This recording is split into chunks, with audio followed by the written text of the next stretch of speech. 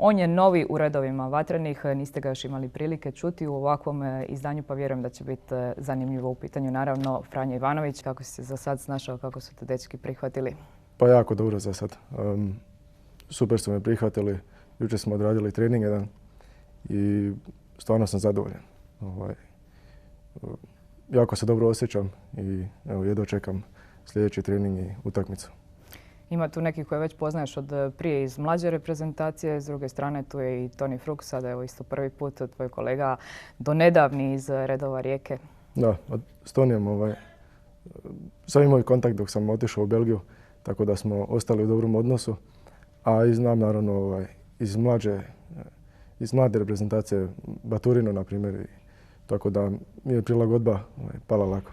I se čuo s njima zadnjih dana? Pa sa Tonijem jesam, da. Malo smo se zezali. Ali jesmo, u kontaktu smo. U kontaktu ste, znači, tko je za sad se pokazao kao najbolji domaćin od svih ovih reprezentativaca? Tko te dočekao onako pokazati što kako treba?